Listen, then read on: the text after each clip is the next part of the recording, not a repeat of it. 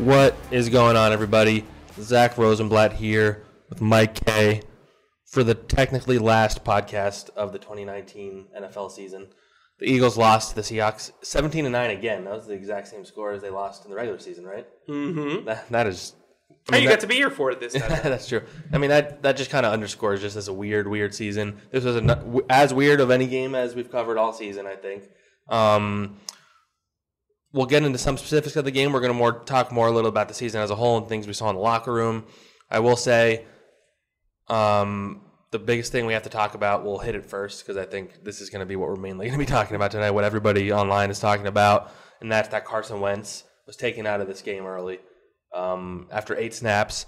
We can talk about the merit of the criticism and all the conversation around him in regard to what happened, but the gist of it being that Jadeveon Clowney had what I thought was a dirty hit. It was helmet to helmet. Wentz was already on his way down.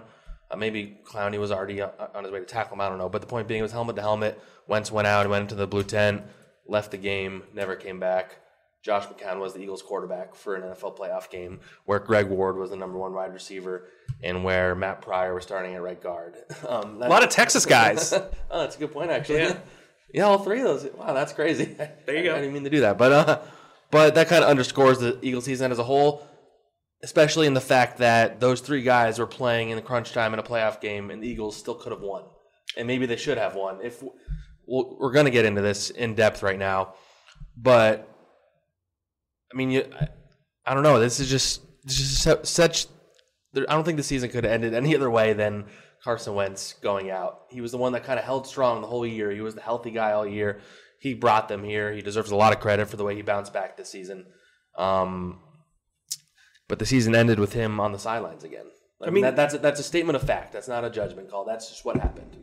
The dam broke. You know what I mean? Yeah. There's only so much water you can kind of sustain there, and it eventually broke. Look, the Seahawks essentially cut the head off the snake with this one after the snake's already been cut up several times but grew back a tail. It's maybe that's a lizard. I don't know, whatever.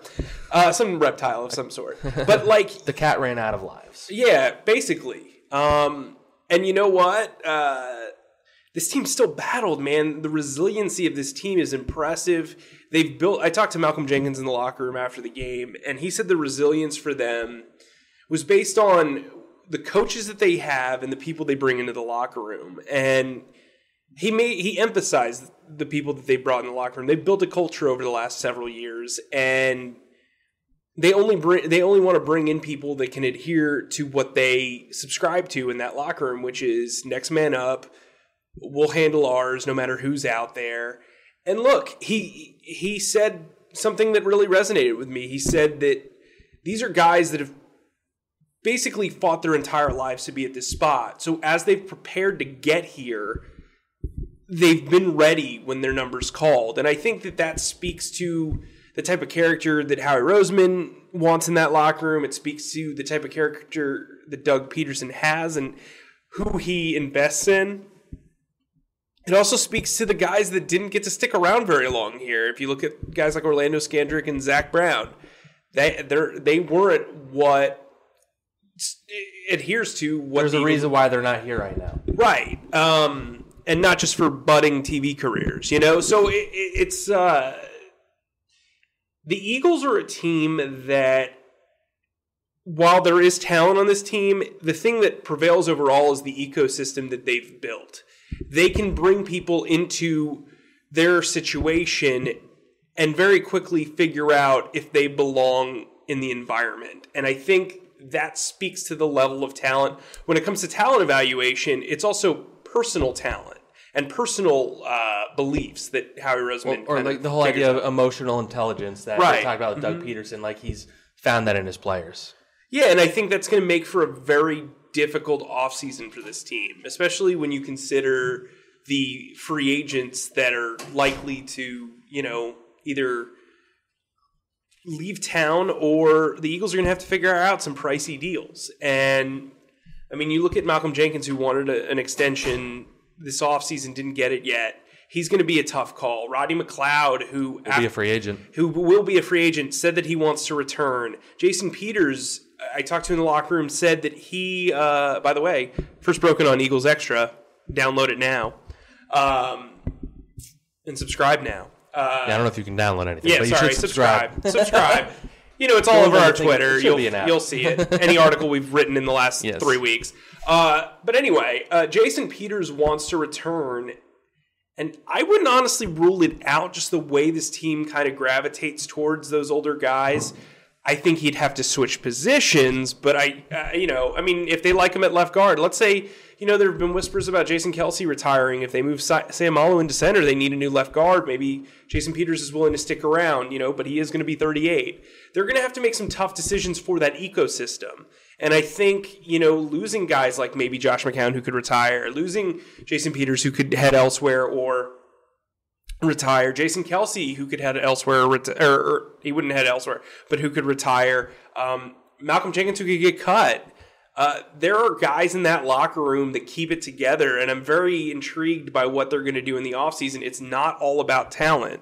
It is about personality as well, and so this Eagles team is going to have to do a lot of homework on the new guys they bring in, but also the guys in their locker room right now who can step up and fill those voids of guys that could potentially leave.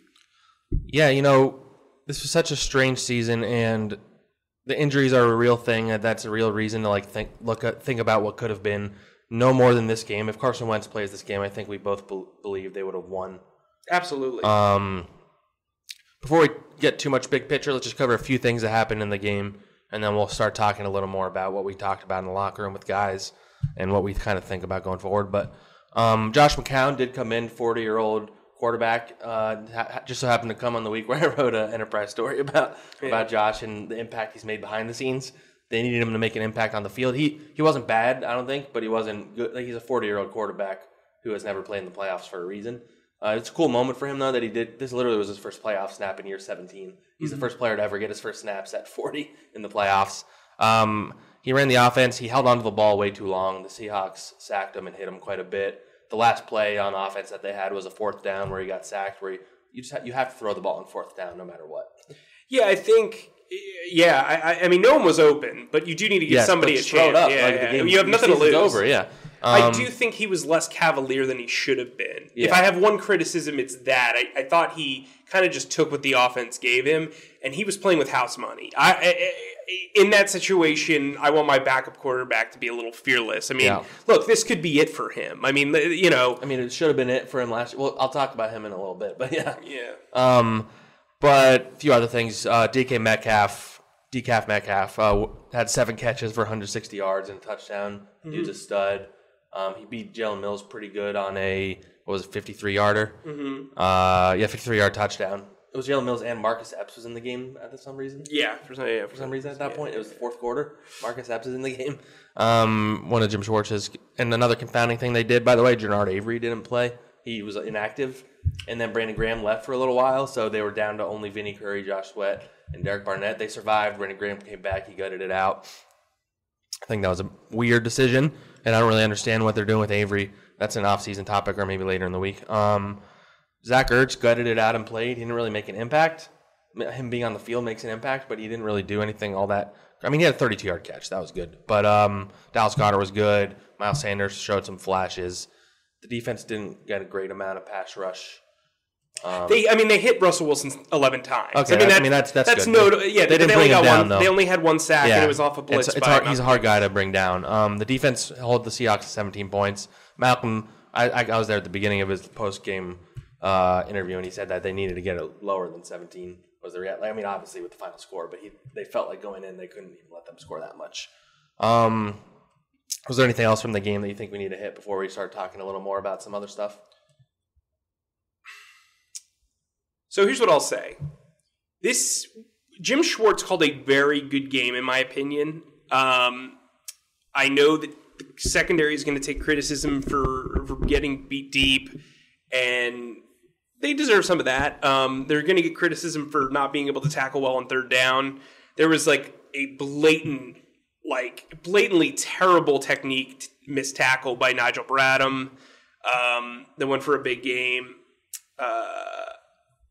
Look, I think Jim Schwartz is here to stay. He should be here to stay. this secondary really needs to be reworked. We'll talk about that a little bit more in the offseason. But I thought Jim Schwartz called a pretty good game, all things considered. The defense was put in a really rough spot. Besides maybe on that last play to McCown. Right, which a lot of people expect a run there. And, they got caught with their pants down. That was basically what happened. Because they said McLeod on a blitz, and it just didn't work out. I mean, this defense is going to be reworked, but they've held teams to like 17 points, and I don't have the exact number in front of me, but pretty much like almost every game here outside of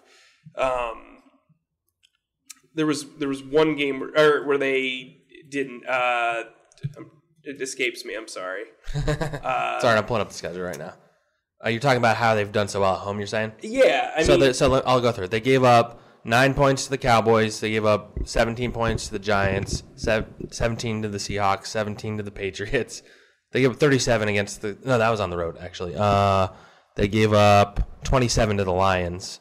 They gave up 6 to the Jets. And they gave up 27 to the Redskins. So the only 2 games they gave up a lot were early in the season. So 2 out of 9 games. And they were in the first 3 weeks. That's really impressive. You can talk about air yards, you can talk about all that stuff. In the red zone, they do a very good job. And look, I thought Doug Peterson adjusted as well as he could.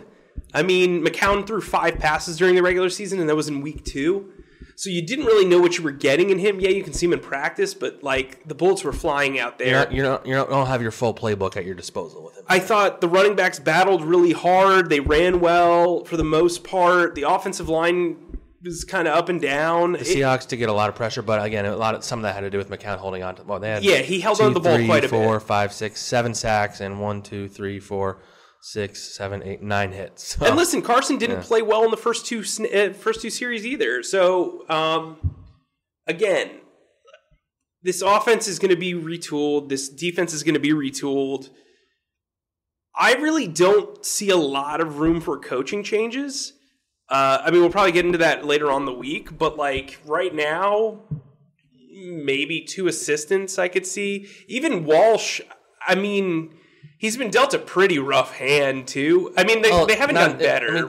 For most of the season, he didn't have Deshaun, but he had Nelson Aguilar got worse, and he had Alshon Jeffrey. I don't know how much coaching he's going to be able to impart on them, but J.J. Arcega-Whiteside really wasn't ready to play this season. Yeah, I think that's the key, right? We talked about Miles Sanders being Deuce Staley's biggest project to date. And he got better as the season went on. Went on. JJ's kind of the damning thing for Walsh, but with Nelson's regression, he's a 5-year veteran. Yeah, for sure. You know what I mean?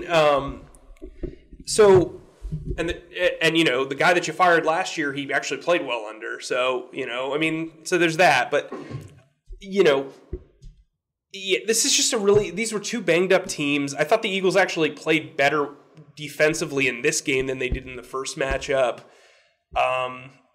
It's just Metcalf actually made catches in this one. So, and he's a beast. And when you look on the other side, and JJ has a foot injury, it's pretty damning that this is what happened. That was the guy that killed them. And I talked to him after the game, and he basically said, individually, this isn't the season that he wanted to have. He knew, he thinks he knows what he's capable of. He feels the confidence from the coaching staff, but he's also got a foot injury, and you want the healthiest guys out there. That was his reasoning for not playing very much down the stretch.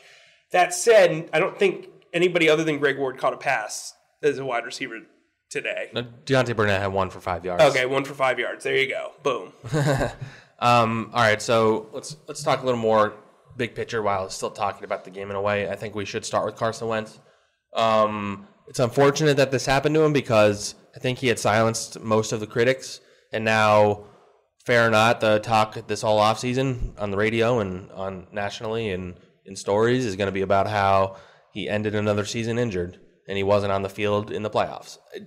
I think I don't think you can blame him for this one, but this is just the reality of the situation. And I guess if there's a positive to take away from the fact that it was a concussion, it's that in theory he should be able to recover from it quicker than he did with his back and knee injuries. It just depends on the severity of a concussion, obviously. He should be ready for minicamp and all that stuff. And I think you should feel pretty good about him going into his 5th season, right? Yeah, 5th season. Yeah. What are your end of season thoughts on Carson Wentz, I guess, based on tonight and the season? This one's tough. Yeah. Because there's nothing you can do about a concussion. Yep. It wasn't like he wasn't even protecting himself. It wasn't. He hit him from behind, didn't he? Yeah. At some point, though, to be a human being questions, like, when's enough enough? Yeah. You know what I mean? And he's very strong-willed. And oh, you mean in terms of like Andrew Luck type thing? Like No. I mean, like, hey, in my brain, man, I'm pressing. I'm unintentionally pressing because I want to avoid injury, or I want to avoid this. I know I'm injury, like the reputation is injury prone. I've got to avoid that. And like, that's something that Carson cannot let get into his head. I can't speak for him. I can't, you know what I mean? But like, for me, this is a tough blow. You think about how long Josh McCown waited for this opportunity. You don't want to be Carson Wentz someday saying, man, I blew my opportunity to really go on a run here, because really, your arch rival when it comes to the playoffs, the Saints, were eliminated. There was an opportunity to possibly make a run, and you don't want to look back and have regrets. And I think, look, he was phenomenal during those last 4 games of the season, and he should really hang that on his mantle and say, hey, look, if I need inspiration and proof that I can do this, I think what he did during the final 4 games of the season was as gutsy as anything he's done in the NFL. And I came away impressed with him this season. You can't really prevent the concussion. But yeah, if I have one concern, it's that like at some point he's going to just, this injury prone thing is never going to go away. Yeah. I mean, it is a very interesting dichotomy that both him and Josh McCown played their first playoff snaps on the same day. There's something crazy about that. Let's talk about McCown for a little bit. I don't imagine he's going to be playing for this team unless he really wants to keep playing. I don't see why they wouldn't bring him back as a backup. I don't think he wants to. He wanted to retire last year. He mentioned in the post game that the Eagles convinced him to come back. Alshon Jeffrey, who he's close with, convinced him to come back. And the idea of playing for a winning team, which he really hasn't, that's what made him want to come back. He was really emotional walking off the field. He was crying. He cried in his post-game press conference. He said he had the time of his life playing for the Eagles. He really loves this organization. This has been a major topic this week after the story I wrote about how it seems like pretty much everybody in town wants him to become a coach on this staff. If a spot opens up at wide receiver coach, I think that would be the spot. I don't think they're going to fire Press Taylor unless he got an offensive coordinator job or something. You're laughing, but I mean, he was a guy that was talked about as a head coaching candidate last year. So maybe there's somebody that likes him like that. I don't know, but I'm just saying. It sounds like a favor, but yeah, I hear you. I think Josh McCown made as big of an impact as a backup quarterback who barely played this year can make, and you really have to most backup quarterbacks want their guy ahead of them to get hurt so they can play. That's just they want a chance. And he was here because he just wanted to be a part of something different. And he's talked a lot about how, he's been on a lot of teams where after they lost a game like the Dolphins game where you're 5-7, where they talked like, okay, if you win out, we can make it. It never happened. And he said it was just amazing just watching the team resilience. So it's just interesting seeing like almost an outside observer getting in there and seeing what it's like from the ground floor. And I think he just has that, just the way he talks, the way he approaches things, how smart he is, what he knows about football. I think he's going to be just a Doug Peterson-esque head coach one day. Yeah, I tweeted out when you wrote the story, I think he's the next Doug Peterson. So I think the role for him next year would be special offensive assistant. It's the title that Matt Burke has on defense. It kind of allows you to kind of work with every single group.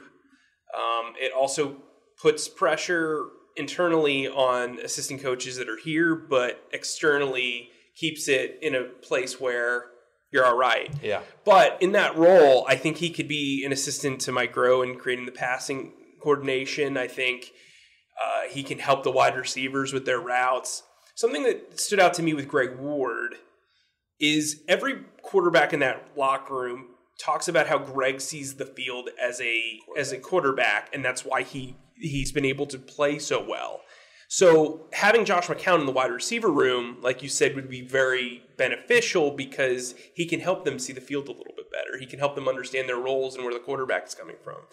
I also think he's important for Carson. I think while he is a happy-go-lucky guy, as you wrote about in your great article the other day, he's a guy that commands respect. And I think, when you have a guy like Press Taylor, who's my age, he's 31, 32. Josh is literally 8 years older than him. Yeah, I mean, wild. Our generation tends to look up to people that are older as opposed to people that are younger than us or the same age. And if he can be maybe the assistant quarterback's coach, I think that helps because it'll prop Press Taylor up as well. Because Press Taylor can learn from him, but also, Press Taylor's been a coach for a bit, and so Josh can learn from him as well. And then you have him in the building already to promote him in theory in the future. Yeah. And this team has done a very good job about taking former players and keeping them in this ecosystem. They bring back Connor Barwin several times. They've brought back Connor Barwin a couple of times this year. Brent Selleck's been around quite often.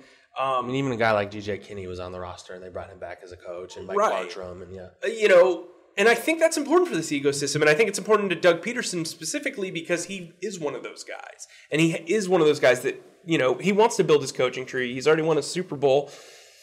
Now he can build a coaching tree the way Andy Reid has, where all of his assistants are winning Super Bowls or doing something spectacular, and I think Doug Peterson is creating his own niche inside the NFL coaching world. I will say Carolina's got an opening, and I would not be shocked if the Panthers, whoever gets hired there, looked into McCown as the guy. He has a house in Charlotte. His kids live there. Yeah, I mean, you don't really want to uproot. And it would probably, if he was leaving, it would have to be like an East Coast team, Charlotte, Eagles, Giants, like something like that. Or Texas-based. Yeah, or Texas-based, but that would involve him moving in theory, right? Too. But yeah, that's I'm interested in his offseason. That doesn't even have anything to do with the Eagles' future, pretty much. I'm just very curious to see the next step in his life because he also really likes coaching the high school football team. He was pretty good on ESPN. I feel like you're about to turn to him metaphorically and say, "Did we just become best friends? You really like this guy." I mean, he has a great head of hair. I don't even. He has more hair than I do, and he's quite a bit older than me. So, God bless him. God bless him. All right.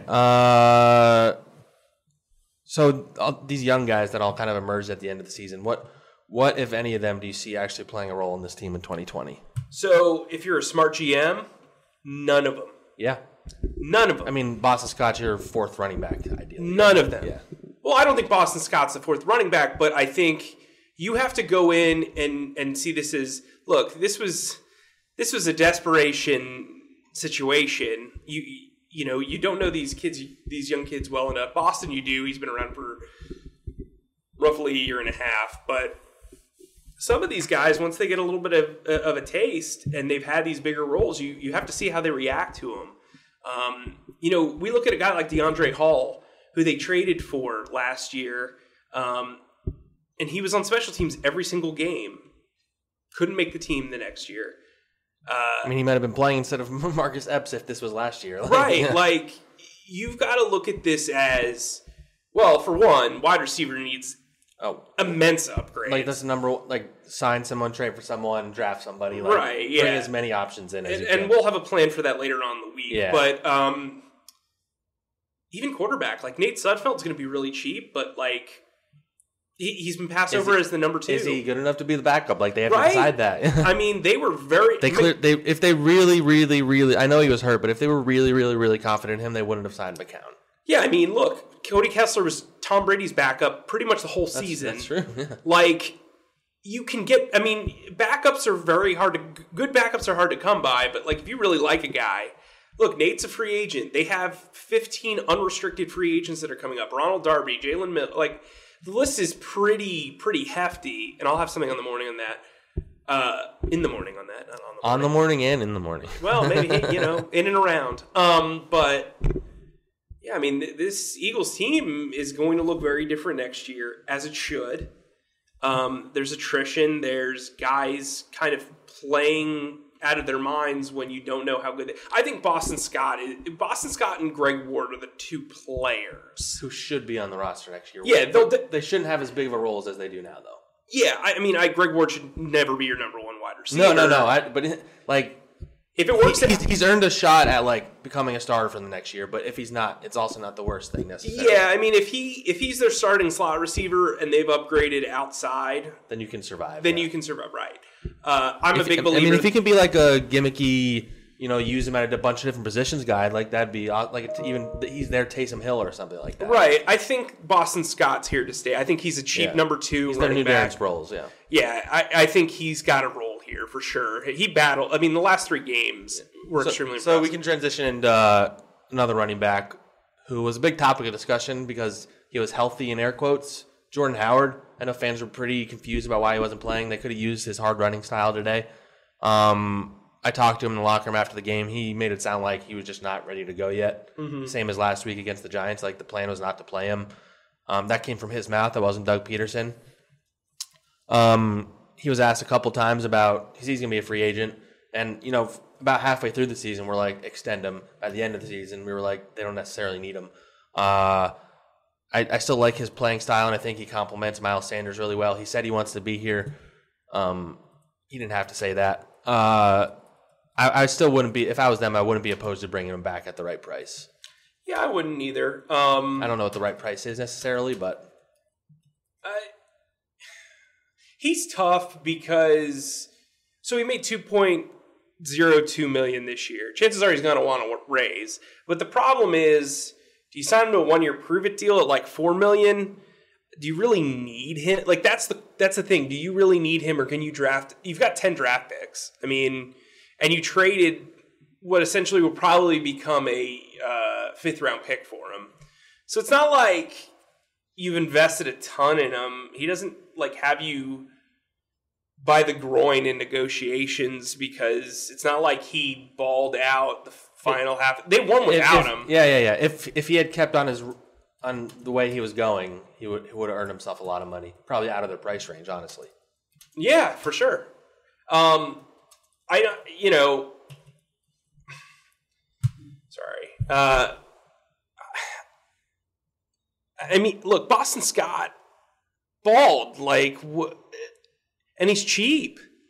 So it's like, I'm a big believer in running. Why can't you have both of them? Yeah.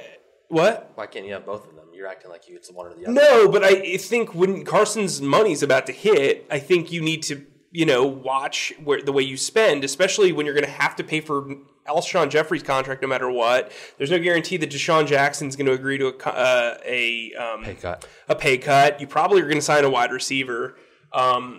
Offensive line is going to be very interesting depending on what happens with Kelsey and Peters. There's other stuff going on. I mean, Dallas Goedert's going to be up for his extension after next season. Like, there's other stuff going on. And so, look, you can have Jordan Howard and Boston Scott. That's not the problem. But what we've seen from Miles Sanders, you want to give him the ball as much as possible. And, he and Boston Scott are very cheap. All right, well, let's tie a bow on this game this season. And I guess just general, I'll go first here. How you feel about this team going in the offseason based on everything we saw today and at the end of the season. They have a lot of things to deal with. They have a lot of free agents that they have to decide on. But I think you can feel pretty good going into the offseason. If you go with the knowledge that they have 10 draft picks, they need to hit on a bunch of them. But even with all the free agents they have that could potentially leave, none of them are like the season's over if they lose that guy. Like all their core guys are under contract. Malcolm Jenkins would be the main question if they can get him to agree to it. If they want to sign him to extension, if not, you might have to move on from him. But they have Malcolm Jenkins under contract, Fletcher Cox, Derek Barnett, Carson Wentz, Miles Sanders, Andre Dillard, Fletcher Cox, Jason Kelsey if he comes back, Lane Johnson, Brandon Brooks, Isaac. Like all these guys are under contract. And they'll be healthier next year. In theory, they should be adding some more weapons. Howie really needs to hit home runs this year. He's done a really bad job of surrounding Carson Wentz with weapons the last year or two. I think the Giants, if they hire the right coach, are going to become scarier as the years go on with Daniel Jones there and Saquon Barkley there and Darius Slayton there. But as we see it right now, I still think the Eagles should go into next year feeling pretty good about themselves. Yeah, I think so.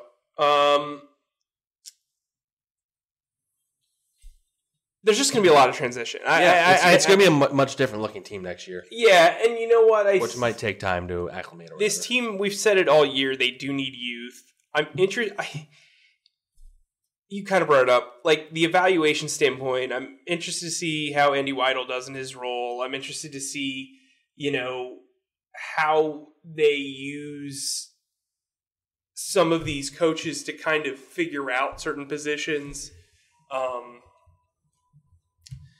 mean, it's just very interesting for me. I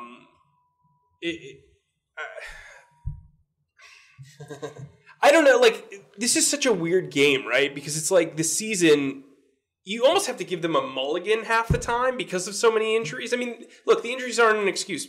Tom Brady was playing with, terrible wide receivers and everything like that. I mean, but like at some point you're snake bitten, and it's hard to evaluate a snake bitten team because you know what I mean. Like it's just you can't properly say, did this guy get better? Did that guy get better? Would they have been good with this guy? People on the radio want to jump to conclusions right away, but if from our standpoint we have to process this, and it's just tough. I mean, we have to make some knee jerk reactions, but like if I asked you how Big V played after you watched maybe the first 2 games of him playing at right tackle, I think was bad. Yeah, he wasn't bad though. You're saying most. I thought you meant earlier this season. Yeah. No, but what I'm saying is like I remember us having a conversation and not even thinking about it, and you were like, "Well, he had some rough moments," and then I went back and watched, and he had a rough moment, but it was a moment, not the entire game. So it's just one of those things where I think this team needs to use a phrase from Doug Peterson, look at itself in the mirror and attack what it needs to attack.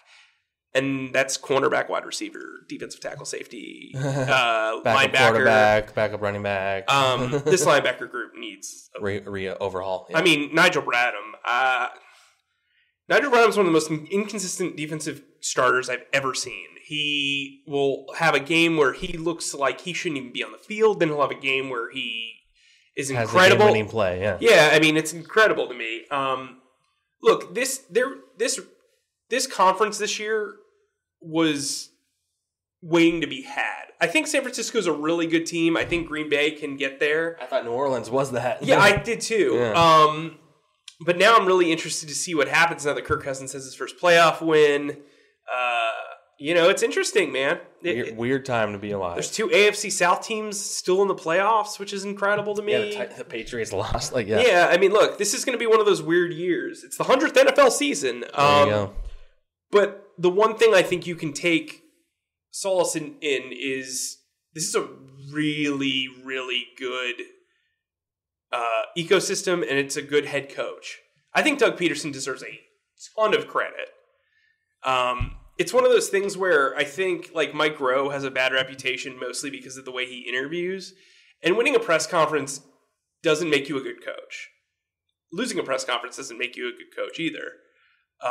Or a bad coach.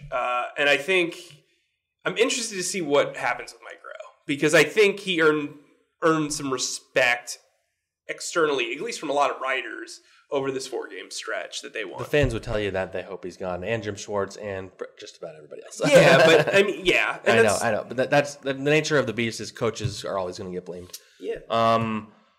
We'll wrap up there. This will be our last podcast of the season, but we'll have another one for you guys this week. We're going to be doing locker room clean out tomorrow morning. I'm sure we're going to talk to a lot of guys. If you don't have Eagles Extra, this is a great time to sign up because we're going to be sending a lot of the exclusive stuff we get there. We send out a lot tonight. We sent out a lot tonight before we got the Jordan Howard stuff, the Jason Peters stuff, Carson Wentz updates, the stuff on the Clowney hit. Like we got that on the text message first. You can get it on any of our stories on NJ.com/Eagles. It's listed up there pretty high up. So sign up for that. Thank you guys for listening all season. Like I said, we're not done yet, but or as Doug Peterson says in his post-game when they're saying, we're not done, and then the other person yells, yet. You ever watch the post-game celebration videos with Doug? Yeah, sometimes. Yeah, he does it like every time. They are done. But anyway, thank you guys for listening. We had a great season doing this. It was a lot of fun. Glad you guys put up with my laughter, and our breathing wasn't as bad this year, actually. We improved on the breathing. Hey, look at us. Our mic drops, literal mic drops. And but yeah, we're just thankful to have you guys all listening to us, and it was fun this season, even if it ended early. Anything you want to say before we go? How did Josh McCown get his hair to look so nice on that press conference? Yeah, even after a game of sweating. Yeah, like, what is that? How is that possible? That's the future. I need to know who Josh McCown's hair guy is. That's your question for him tomorrow. That's my biggest offseason question. Or at least what product he uses. Yeah, man. Dear Lord. That's an enterprise story for the offseason. Ooh, I'm with it. All right, we'll end on that note, guys. Thanks for listening. We'll hit you with another one this week. And sign up for Eagles Extra. Bye. Deuces.